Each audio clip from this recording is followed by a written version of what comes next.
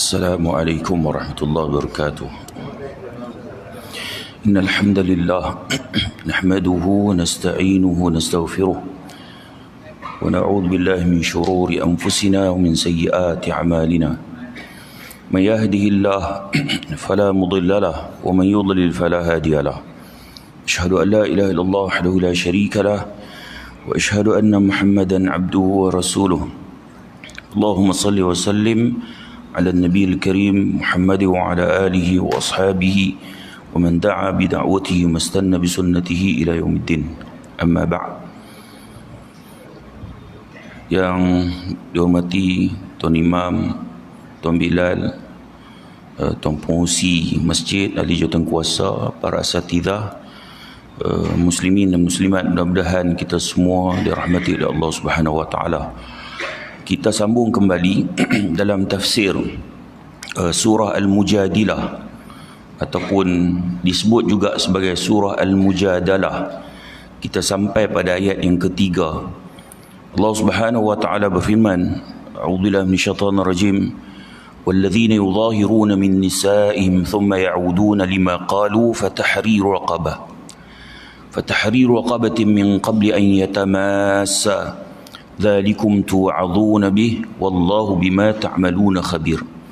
Dan orang-orang yang menziharkan istrinya kemudian mereka berbalik dari apa yang mereka ucapkan, maka hendaklah suami itu memerdekakan seorang hamba sebelum mereka berdua, yakni suami isteri itu bercampur. Dengan hukum yang demikian kamu diberi pengajaran, dan ingatlah Allah Maha mendalam pengetahuannya akan apa yang kamu lakukan. Baik, orang-orang yang zihar, kita dah cerita kan, zihar ni menyamakan isteri dengan mahramnya dengan tujuan tak mau bersetubuh dengannya, kan? Baik, kemudian bila dia dah zihar, kemudian dia nak membatalkan ucapan itu, maksudnya dia nak kembali bersama dengan isterinya ataupun bersetubuh dengan isterinya, maka dia perlu membayar kafarah. Kafarah dia ialah pertama memerdekakan seorang hamba. Jadi maksudnya bila seorang suami itu ziharkan isterinya, dia tidak boleh bersetubuh dengan isterinya. Berbeza dengan sebelum kedatangan Islam. Zihar dalam masyarakat Arab dia merupakan cerai. Tapi zihar setelah turunnya Al-Quran, kalau kita tengok dalam surah Al-Mujadilah ni, dia adalah pengharaman kepada persetubuhan, tak boleh bersetubuh dengan isteri. Kalau dah zihar isteri, nak menyetubuhi isteri, hendaklah dia membayar kafarah. Kafarah yang pertama ialah membebaskan hamba. Bebaskan hamba. Baik. Kemudian Allah bagi tahu dalam ayat ni, kalau tuan-tuan tengok ayat ni kita baca tadi, dzalikum tu'adzuna bih wallahu bima ta'maluna khabir. Dengan hukum yang demikian kamu diberi pengajaran, dan ingatlah Allah Maha mendalam pengetahuannya apa yang kamu lakukan. So tujuan Allah bagi kafarah ni supaya manusia berhati-hati, kan? Jangan mudah untuk nak menggunakan lafaz zihar. Suami kena berhati-hati. Ini pengajaran. Sebab tu hukum zihar ni dia agak keras. Kemudian Allah sebut dalam ayat ni, wallahu bima ta'maluna khabir, dan Allah Maha mengetahui apa yang kamu lakukan. Maksudnya seseorang yang melakukan zihar dengan isterinya, dia dengan isterinya dah tahu, orang lain tak tahu. Kalau dia buat diam tak apa, boleh lah, kan? Tak ada siapa tahu, dia dengan isteri dia tahu. Tapi bagi orang yang beriman, dia ada rasa bahawa Allah telah mengancam perbuatan zihar tersebut. dengan ancaman yang keras, sehingga kan Allah berikan hukuman juga, hukuman yang agak keras, supaya berhati-hati. Maksudnya zihar tu satu dosa yang besar, khususnya di dalam mazhab Syafi'i. Dosa yang besar. Maka pasangan tu dia boleh je dia buat diam, tapi dia memilih untuk nak membayar kafarah, maka Allah menyebut Allah Maha tahu apa yang kamu lakukan. Nak sembunyi ke, Allah tahu. Baik. Kemudian dalam ayat tersebut ada sebut tentang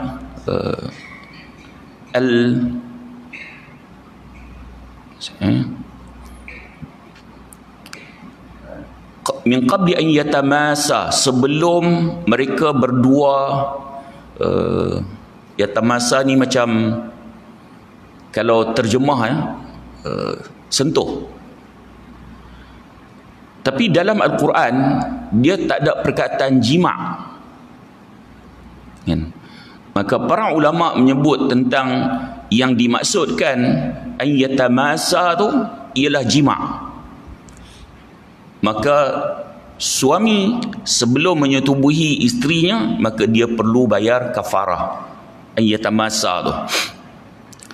Tuan-tuan, sebab tu oleh kerana dalam Al-Quran ni dia tak ada perkataan jima', sebab tu ada perbezaan pandangan para ulama tentang menyentuh isteri tu batal ataupun tak. Kan? Ada wuduk, sentuh isteri batal atau tidak. Maka para ulama berbeza pandangan. Kan? Jumhur kata tak batal. Tapi dalam mazhab Syafi'i kata batal. Kan? Sentuh isteri. Dan kedua-duanya ada hujah masing-masing. Kan? Jadi kalau tuan-tuan bertemu dengan orang-orang yang memegang salah satu hujah, so jangan kata apa-apa kat dia. Tapi biasanya orang yang pegang kata batal ni, bila dia jumpa kata yang berpegang dengan tak batal tu, dia akan kata apalah hang, sebenarnya batal dah, tak payah cakap apa. Kedua-duanya ada hujah. Ini khilaf yang mu'tabar. Baik. Kalau tanya saya memakai pandangan yang tidak batal. Saya memakai pandangan yang tidak batal. Baik. Haram bagi suami melakukan jima' sebelum kafarah ditunaikan. Ulama Hanafiyah dalam mazhab Hanafi, kata hal-hal yang membawa pada jima' seperti muqaddimah jima', cium, peluk dan seumpamanya juga haram sebelum bayar kafarah. Maksudnya bila suami dah zihar, di sisi mazhab Hanafi bukan jima' je yang haram, bahkan muqaddimah jima' juga adalah haram. Dan sebab tu dalam mazhab Hanafi dia dianggap muqaddimah kepada perkara yang diharamkan. So prinsip dalam mazhab Hanafi ini, makana muayyidan ilal haram fahuwa haram. Apa yang membawa kepada haram maka dia haram. Ini dalam mazhab Hanafi. Tapi dalam mazhab Syafi'i, dalam pendapat yang lebih kuat, dia kata jima' saja yang haram sebelum kafarah. Adapun muqaddimah jima' dia tak haram. Muqaddimah jima' tak haram. Sebab dia punya hujah, dia kata pengharaman jima' ni tidak berkaitan dengan akad perkahwinan, tapi adalah hukuman ta'zir kepada suami yang zihar. Maka mereka buat satu ideologi. Contohnya, seorang isteri haid, haram tak setubuhi? Haram. Tapi muqaddimah kepada jima' haram tak? Kan? Cium, peluk umpamanya haram tak waktu isteri haid? Tak haram. Ini pandangan dalam mazhab Syafi'i. Orang puasa juga haram jima', kan? Tapi tak haram mencium, dengan syarat boleh kawan nafsu lah. Sebab tu ada satu hari tu Rasulullah SAW sedang duduk bersama dengan para sahabat. Kemudian seorang lelaki pemuda tanya tentang ni, kan? Nabi larang dia. Kemudian seorang lelaki tua mai tanya tentang ni, Nabi benarkan. Jadi sahabat jadi macam pelik. Kenapa berbeza hukum? Sebab Nabi sebut pemuda ni, kalau dia mula dulu, takut nanti dia akan lajak. Orang muda kan, kalau orang tua dia cium tu setakat tu je lah kan, kasih sayang, bukan kerana nafsu umpamanya. Baik, maka begitu juga dalam zihar, jima' saja yang haram, bukan seluruh bentuk kemesraan. Di ayat yang keempat Allah sebut faman lam yajid fasiyamu syahraini mutatabi'aini min qabli an yatamasa. Kemudian siapa yang tak dapat memerdekakan hamba, maka hendaklah ia berpuasa 2 bulan berturut-turut sebelum mereka, yakni suami isteri, bersetubuh. Maksudnya siapa yang tidak memiliki hamba, contoh zaman dulu ataupun tidak ada harta yang mencukupi nak membeli hamba. Sebab zaman dulu pun kalau nak beli hamba ni dia orang yang berada, kan, orang berada aja yang ada hamba ni. Kemudian ataupun tidak mampu menemui hamba untuk dibeli. Yang ni masuk pada zaman kita. Sebab hamba dah tak ada. Dah tak ada hamba. Maka bila sudah tidak ada hamba, kafarah zihar telah berpindah daripada yang pertama membebaskan hamba, dia berpindah kepada yang kedua, iaitu suami dia membayar kafarah dengan berpuasa 2 bulan berturut-turut dengan tatabu', tanpa ada satu hari pun yang terputus. Dia sama hukum dia, hukuman dia dengan bersetubuh di siang hari pada bulan Ramadan. Sama kan? Baik, bagaimana cara nak kira puasa 2 bulan turut-turut tu kan? Ini kalau tuan-tuan tengok dalam perbincangan para ulama, jika puasa tu mula awal bulan, dia start awal bulan, maka dia perlu sempurnakan bulan tersebut. Contoh dia puasa 1 Muharram, dia kena selesaikan sampai habis Muharram tu, walaupun Muharram hanyalah ada 29 hari. Sebab bulan Islam ni dia tak semestinya 30 hari. Jadi yang kata 2 bulan ni dia bukan bulan Syamsiyah, dia Qamariyah, bulan Islam. Baik, kemudian dia sambung pula 1 Safar sampailah selesai habis bulan Safar tu. Baik, jika dia puasa di tengah bulan, maka saya mengambil pandangan ulama Hanafiyah yang lebih mudah dan praktikal. Kalau dalam Syafi'iyah ni agak macam payah sikit nak faham. Jadi dia kata puasa kafarah ni dilakukan 60 hari berturut-turut, senang. Kalau ambil tengah bulan kan, dia ambil 15 Muharram, so dia selesaikan 30 hari, kemudian dia sambung lagi 30 hari jadi 60 hari. Dia berbeza kalau dia mulakan puasa pada 1 Muharram awal bulan. Baik, kemudian faman lam yastati' fa it'amu 60 miskina. Siapa tak mampu puasa, dia berpindah kepada bagi makan 60 orang miskin. Jadi siapa yang tak mampu nak puasa 2 bulan turut-turut, sama ada mungkin usia dah tua, dia tak mampu. Kalau 2 bulan turut-turut memang dia tak boleh buat. Ataupun dia ada penyakit kronik, dia mungkin muda tapi dia penyakit kronik, dia perlu makan ubat dan sebagainya, ataupun kesulitan yang sangat berat, dia kerja buruh, kerja tengah panas 2 bulan turut-turut tak mungkin dia boleh buat, maka kafarah zihar dia berpindah kepada puasa 2 bulan kepada bagi makan 60 orang miskin. Okey, bagi makan 60 orang miskin ni pula kan, bila Allah sebut fa it'amu 60 miskina, bagi makan 60 orang miskin, Maksudnya Allah sebut 60. Tetapi walaupun Allah sebut 60, ada perbezaan pandangan di kalangan para ulama.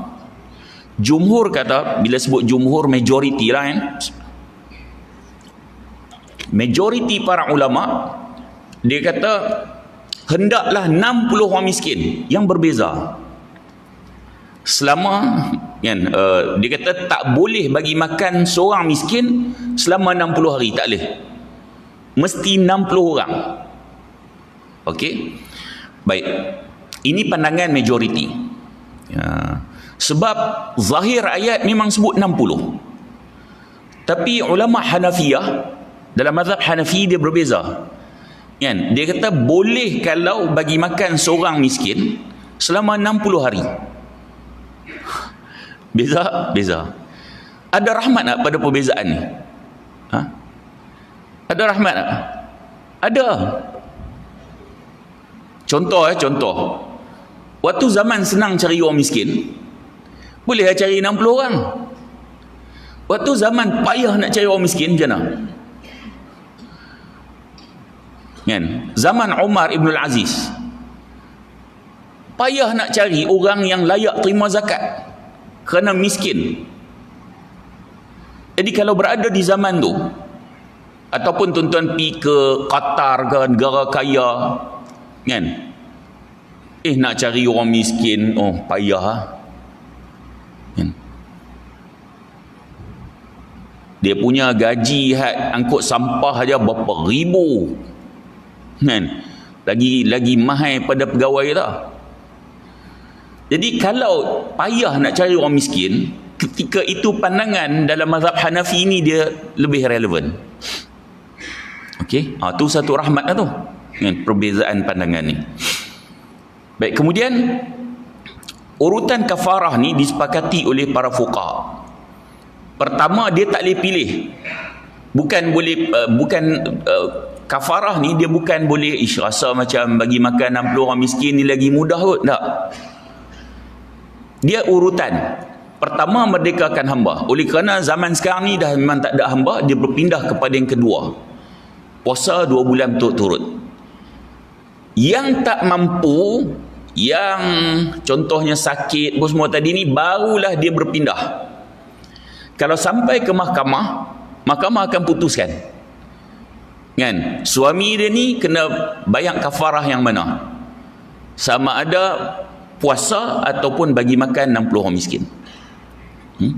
Baik, kemudian hukum suami tubuhi isteri sebelum kafarah, sebelum dia bayar kafarah. Dia zihar isteri dia kan? Bila zihar isteri, dia haram setubuhi isteri dia. Tapi kalau sebelum dia bayar kafarah, dia setubuhi isteri dia, macam mana? Adakah jadi zina? Tak. Tapi perbuatan dia tu haram dan berdosa. Kerana dia melanggar larangan Allah. Maksudnya suami itu melakukan maksiat. Sebab bila zihar tak boleh setubuhi isteri, dia setubuhi juga. Tapi dia bukan zina. Itu masih isteri dia. Kan? Itu masih isteri dia. Cuma dia langgar arahan Allah. Allah suruh bayar kafarah. Baik. Itu sepakat. Sekarang ni, kalau dia bersetubuh di tengah-tengah dia bayar kafarah. Kan? Jadi kita ambil dua kan? Yang puasa dan yang bagi makan 60 orang miskin. Bab ni ada perbezaan pandangan di kalangan para ulama. Dalam mazhab Maliki, persetubuhan tu haram. Dia batalkan semua kafarah yang telah dilakukan. Maksudnya kalau dia puasa dah 50 hari, dia setubuhi isteri dia, batal semua. Hak dia bayar kafarah tu start semula. Berat tu. Dia kena ulang daripada awal. Kalau dia bagi makan 60 orang miskin, dia dah cari 59 dah bagi makan dah. Dia pergi setubuhi isteri dia, start semula. Seolah-olah dia tak bagi makan 59 orang miskin tu. Okey. Dalam mazhab Syafi'i, dia membezakan antara puasa dan bagi makan 60 orang miskin. Jika kafarah puasa, suami setubuhi isteri dalam pada waktu malam. Masa tu dia duk puasa kan, puasa dia masih berlangsung, dan dia setubuhi isteri dia pada waktu malam, dosa haram, tapi dia tidak membatalkan puasa tersebut sebab puasa waktu siang, kan, sebab malam dia tidak membatalkan puasa, sama seperti makan pada waktu malam, kan. Maka esok dia teruskan puasa, tapi perbuatan dia dosa, perbuatan dia haram, dia sambung balik dia punya puasa tersebut.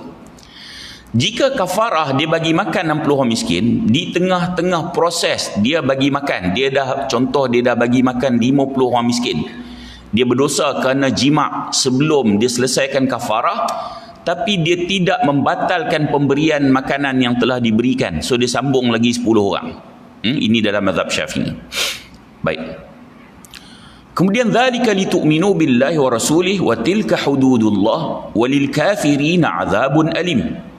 Ditetapkan hukum itu untuk membuktikan iman kamu kepada Allah dan Rasul.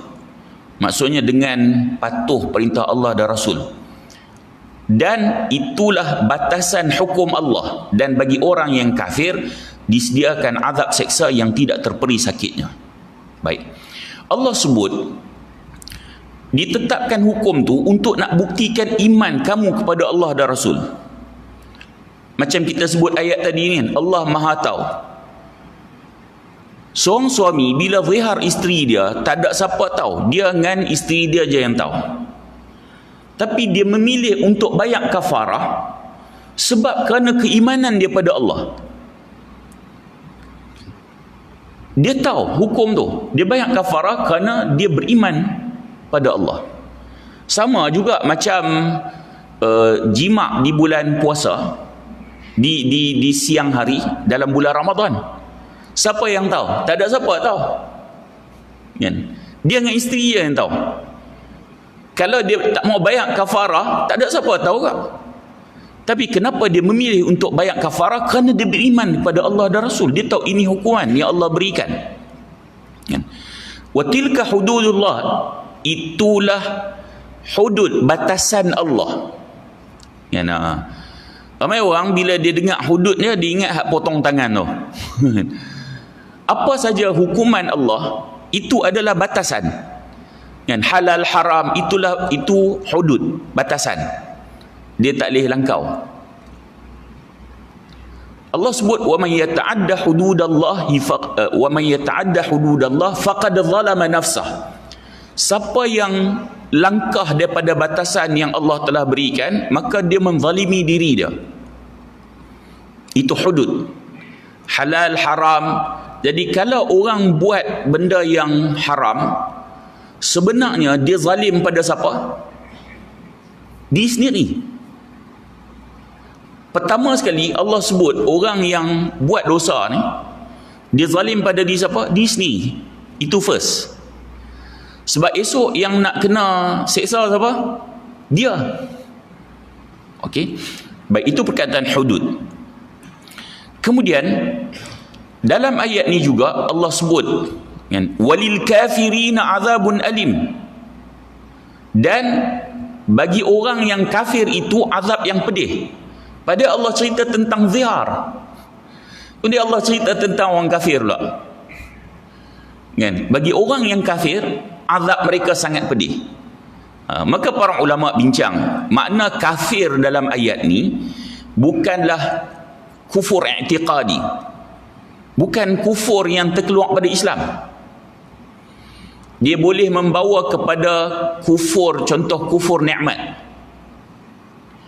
Kan? Kufur nikmat. Contoh dalam ayat Allah sebut la in syakartum la azidannakum wa la in kafartum inna azabi lasyadid. Jika sekiranya kamu bersyukur, nescaya aku akan tambahkan. Jika sekiranya kamu kufur, sesungguhnya azab aku sangatlah pedih. Inna azabi lasyadid. Jadi kufur dalam ayat Al-Quran, perkataan kafir dalam ayat Al-Quran tidak semestinya bermaksud orang bukan Islam.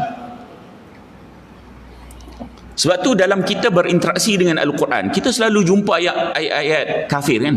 Macam ayat ni, walil kafirina azabun alim, bagi orang kafir itu azab yang sangat pedih. Banyak ayat-ayat yang kafir. Kita bila jumpa ayat kafir, imam baca ke apa, kita rasa apa? Kita rasa ayat ni ditujukan kepada Netanyahu kan. Kita rasa macam tu. Tapi dalam banyak ayat Al-Quran, ayat kafir ini juga tidak dikecualikan kepada orang Islam. Contoh ayat ni. Contoh ayat ni. Sama juga bagi orang yang tak salat. Orang tak salat ni tuan-tuan, ada dua perbezaan pandangan di kalangan para ulama. Sebahagian, khususnya dalam mazhab Hambali, dia kafir, terkeluar pada Islam yang tak salat. Oh tuan-tuan, hati-hati, hukum tak salat ni memang sangat berat. Nak kena tengok anak-anak ni. Ramai orang dia tak berapa kisah sangat dengan anak dia tak salat. Ni tak lama lagi masuk puasa Ramadan. Puasa dia kerah anak dia sungguh. Hajah 1, hajah 2 pun suruh salat. Suruh puasa, tapi salat tak. Ini kesilapan. Kesilapan. Kerana salat itu lebih besar. Salat itu lebih besar. Bahkan ada pandangan nyatakan tidak salat itu menyebabkan dia kafir, terkeluar pada Islam. Tapi jumhur para ulama kata dia bukan kafir, kufur i'tiqadi, dia bukan kafir keluar pada Islam. Dan dia boleh bawa kepada kufur nikmat. Allah bagi nikmat pada dia, Allah suruh salat, dia tak salat.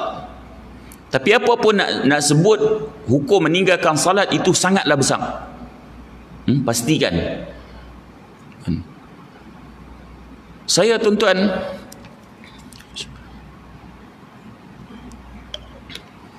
bab solat ni saya sebut sikit lah.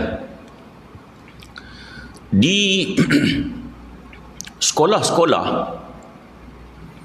di Malaysia lah, kebanyakan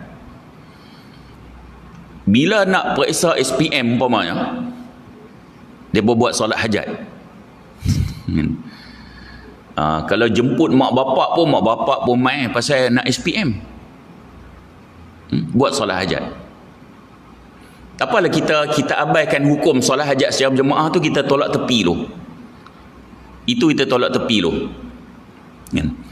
Ni buat solat hajat ni, saya dulu pernah jadi cikgu lah. Beberapa sekolah. Saya juga pernah jadi guru di MRSM. Sebelum masuk askar. Jadi tuan-tuan, buat solat hajat ni, pelajar sekolah, terutama yang bukan duk asrama, kebanyakannya tak salat 5 waktu ataupun tak cukup salat 5 waktu. Kebanyakan salat tak cukup 5 waktu. Kalau tuan-tuan tanya ustaz-ustaz kat sekolah, dia tahu benda ni. Tambah sekolah kalau di belah KL pun semua tu kan, belah PPR ke apa kan, yang tu mungkin lebih 70% ataupun lebih lagi lah, lebih 90% lah yang salat memang tak cukup 5 waktu. Saya tak mau sebut lah kata tak salat kan, sebut tak salat ni tak cukup 5 waktu. Kalau tuan-tuan buat culaan kan, pagi tu buat solat hajat, mereka buat solat hajat, cuba tolong angkat siapa yang solat subuh pagi tadi, tengok apa kerat hak angkat kan? Hak solat subuh, hak wajib, hak fardu tak solat, tiba-tiba buat solat hajat. Apa benda ni? Apa tujuan hang solat hajat tu? Nak minta SPM lah, nak minta pada Allah. Bukankah Allah tak iyyaka na'budu wa iyyaka nasta'in, hanya kepadamu kami sembah, kemudian baru konsep minta tolong tu datang, dan hanya kepadamu kami minta pertolongan. konsep penyembahan tu dulu baru minta tolong. Tapi dalam masa yang sama, implikasi dia besar sebenarnya kalau kita didik anak-anak macam tu, pelajar-pelajar sekolah. Mereka lebih mementingkan periksa SPM ni berbanding hak solat tu. Kenapa ustaz-ustaz tak buat solat hajat? Kita buat solat hajat supaya buka hati pelajar-pelajar ni solat 5 waktu. Betul tak? Kan? Pasal apa? Kalau betul lah konsep solat hajat tu, saya dah sebut, kita tak bincang hukum solat hajat secara berjemaah ni. Kalau betul lah konsep itu, apa kata ustaz-ustaz ni buat solat hajat untuk minta pada Allah supaya dibukakan hati pelajar-pelajar ni untuk solat 5 waktu. Hak tu ke penting, hak SPM ke lebih penting? Kalau solat 5 waktu tu lebih penting, hang buat solat hajat tu. Pasal apa tak buat? Dia memberikan implikasi yang besar. Pelajar-pelajar ni telah dididik, oh nak SPM, mengadu pada Allah, tunduk pada Allah. Bila pula nak mengadu dan tunduk pada Allah? Esok nak masuk, nak minta universiti. Bila pula nak mengadu dan tunduk pada Allah? Nak minta kerja. Urusan dunia ni jauh lebih besar daripada akhirat. Dia membentuk pemikiran begitu. Baik. Berapa minit ya? Dalam perbincangan para fuqaha mengenai zihar, yang istilah kufur ni seperti yang saya sebut, kan, zihar, yang kufur dalam zihar ni adalah al-kufrul asghar, kufur kecil. Kan, dalam walaupun kufur kecil tapi dia besar lah. Kan? Kufur tu bermaksud ingkar. Kafara ni dia maksud tutup. Dia tutup daripada nak terima apa yang Allah suruh. Kan? Dia ingkar, dia langgar, ataupun dia menentang aturan Allah. Itu yang dimaksudkan walil kafirina azabun alim. Allah suruh bayar kafarah, dia tak mau bayar kafarah. Maka orang yang ingkar macam ni, azab dia sangat pedih. Baik. Kemudian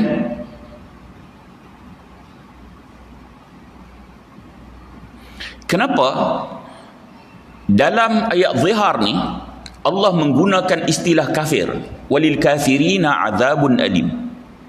Kan? Bagi orang yang kafir itu azab yang sangat pedih. Padahal zihar untuk nak tunjuk seriusnya pelanggaran tersebut.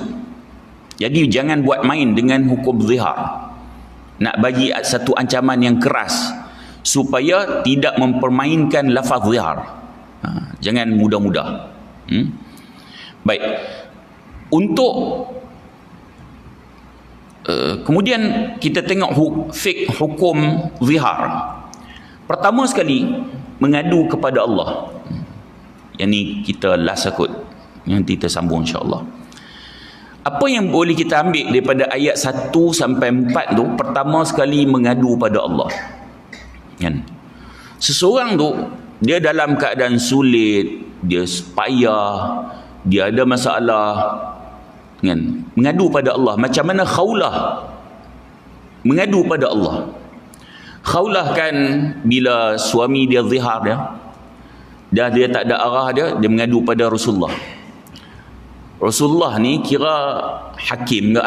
Dia bukan mengadu pada suka-suka dia je. Kita ada sebut kan, dia mengadu pada hakim. Rasulullah ni kira hakim lah. Bukan nak cerita masalah suami dia suka-suka je. Tak, Rasulullah adalah hakim. Baik. Jadi bila Rasulullah, ayat tak turun lagi, Rasulullah tak ada jawapan. Bila tak ada jawapan, Khawlah mengadu pada Allah dan Allah turunkan ayat 1 dalam surah Al-Mujadilah. Jadi seseorang itu, kita ambil pengajaran dalam ayat ni, bila ada masalah, mengadu pada Allah. Kan? Kita ni tuan-tuan, semua ada masalah. Semua ada masalah. Kan? Tak ada orang yang tak ada masalah. Semua ada masalah. Kan? Jadi kenapa kita tidak memilih untuk mengadu pada Allah? Kenapa tak pilih mengadu pada Allah? Angkat tangan, mengadu pada Allah. Kita banyak mengadu pada manusia. Zaman lah ni tulis kat status kat Facebook, dia ada masalah, dia tulis status kat Facebook. Kan? Lebih malang lagi, dia mengadu pada makhluk tapi dia tidak mengadu pada Allah. Allah yang boleh selesaikan semua masalah, kenapa tidak mengadu pada Allah? Jadi itulah contoh yang terbaik yang ditunjukkan oleh Khawlah, menunjukkan dia sangat percaya Allah boleh menyelesaikan masalah dia.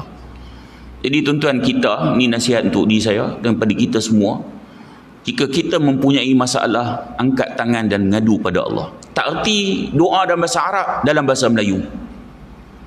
Saya tak erti dalam bahasa Arab, dalam bahasa Melayu. Mengadu pada Allah.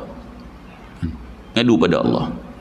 Jadi tuan-tuan, insya-Allah nanti kita akan masuk dalam hukum-hukum zihar. Kalau suami itu dia zihar dalam keadaan mabuk, umpamanya mabuk minum toddy, satu, ataupun dia mabuk dia makan Panadol dia jadi mabuk. Contoh, ada tak beza hukum? Dan nanti kita tengok di Malaysia berlaku zihar pun kita akan tengok. Berdasarkan di mahkamah-mahkamah syariah di Malaysia ni, ada zihar tak berlaku. Walaupun kita sebut zihar ni dia kurang berlaku dalam masyarakat Melayu, kerana istilah itu digunakan dalam Arab. Anti alayya ka zahri ummi, kamu di sisi aku seperti belakang ibu aku. Maksudnya dia memang tak mau pada isteri dia, tak mau bersetubuh dengan isteri dia.